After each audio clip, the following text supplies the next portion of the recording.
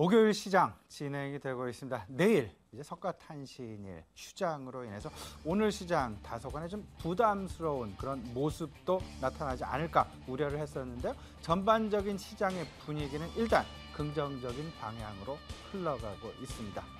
이 상황들 좀 놓고서요, 조금 더 좀 짚어보는 그런 시간, 신승용의 눈 시작을 하도록 하겠습니다. 현재 그 시장의 관심 부분 좀 생각을 해보면 어떨까 싶습니다. 소비주로 재차 이동할 가능성은 혹시나 있는 것은 아닐지 한번 점검을 같이 해보고자 하는데요. 이 상황들 크게 세 가지 정도로 준비를 해봤습니다. 일단 큰 추세 변화가 과연 시장 내에 나타날까 아닐까의 여부 판단을 좀 해보면서요. 전반적으로 경기 부양책들, 지금 각 정책적인 이슈, 정책적인 이벤트들이 시장을 좌지우지하고 있습니다. 이 방향성 그리고 그 순서에 대해서 조금 더 자세히 살펴보도록 합니다. 분명한 부분은요, 소비주, 그다음에 소비재에 대한 어떤 그 선별적인 전략이 유효하지 않을까 이렇게 생각이 되는 그 선별적인 전략 부분에 어떤 것들이 있는지 자세히 잠시 후에 이어가도록 하겠습니다. 먼저 그 큰 추세 변화, 당분간은 제한적이지 않을까라는 말씀 드리고 있습니다. 일단 가장 중요한 부분 역시 뭐니 해도 환율의 방향성이다라는 생각인데요. 오늘 다소간 엔화 주춤거리곤 있습니다만 최근 들어서의 그 일본 니케이 지수의 강력한 움직임 부분들, 아무래도 환율의 영향을 긍정적으로 일본 주가가 그대로 받고 있다라고 보셔야 될 것 같습니다. 이런 상황들의 추세 진행은 당분간 지속될 가능성이 높다라고 말씀을 드리는 게 좋을 것 같고요. 두 번째는 우리 주변국입니다.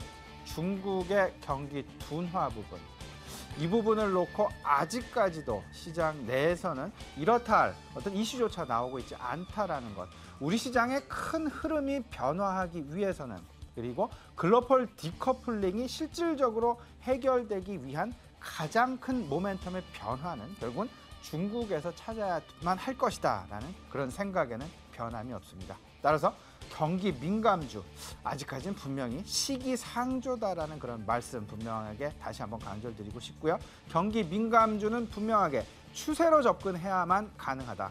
그 부분이 가장 수익률을 높일 수 있는, 그리고 리스크를 줄일 수 있는 가장 지름길이라는 점. 그렇지만 아직까지 중국 경기에 대한 어떤 그 추세 변화 내지는 확신이 들어있지 않은 상황에서 중국 관련주, 경기 민감주에 대한 베팅은 이른 감이 매우 크다라는 그런 말씀 드리고자 합니다.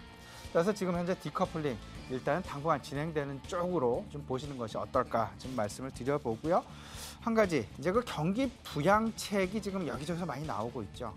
그 부분을 놓고 경기 순환의 방향성을 좀 생각해 보실 필요가 있어 보입니다. 그러면 해답이 조금은 좀 보이지 않을까 이런 생각을 좀 가져보는데요. 일단 경기 부양책 가장 우선되는 것이 고용 촉진책, 소비 진작책이 되겠습니다. 그리고요, 또 한 가지, 저금리 추세를 이제 용인을 하고 안정적인 수익 대상 찾기가 매우 활발하게 진행이 되고 있다라는 점.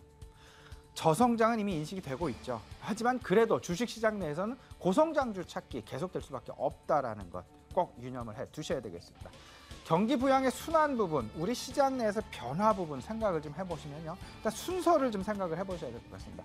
고용과 소비 진작을 최우선 정책으로 하다 보니까 소비 활성화에 가장 초점이 맞춰져 있고요. 그러다 보니까 소비주에 대한 움직임이 가장 먼저 일어날 가능성이 있습니다. 그 다음이 경기 진작에 대한 가교 역할을 하는 금융주에 대한 관심이 되겠습니다. 오늘 다소간 금융주에 대한 움직임 시장 내 크게 나타나고 있죠. 금융주의 최근 상승 분위기를 조금 좀 이런 차원에서 읽어보면 어떨까 싶은 그런 생각도 좀 가져봅니다. 그 다음 단계가 소재, 경기 민감재가 되겠습니다. 그리고 그 다음 단계가 흔히들 말을 하고 있는 내구 소비재, 산업재의 어떤 그 전환 가능성을 얘기를 하고 있죠. 이 소비, 금융, 소재, 산업재로 이어지는 전반적인 사이클, 이 부분을 꼭 유념을 하시고 시장 대응 전략을 가장 중앙에 두시고 하셔야 되겠다는 말씀 다시 한번 드려봅니다. 그렇다면요, 소비재, 이제 소비재 계속되는 이제 가격에 대한 부담 많이 있었죠. 그리고 가격, 이제는 하지만 이제 그 부분으로 인해서 조정 양상도 일정 부분 진행이 됐었고요. 하지만 오늘 제가 시청자 여러분께 좀 이런 얘기 좀 드리고 싶습니다. 소비재는 두 가지로 나눠집니다. 경기 민감 소비재라는 부분이 있고요. 그다음에 필수 소비재라는 부분이 있습니다. 흔히들 얘기하는 필수 소비재, 먹거리가 될 겁니다. 경기 민감 소비재의 대표적인 부분은 결국은 의류일 가능성이 굉장히 높죠. 경기 상황에 따라서 의류의 판매가 상당 부분 좌지우지되기 때문이죠.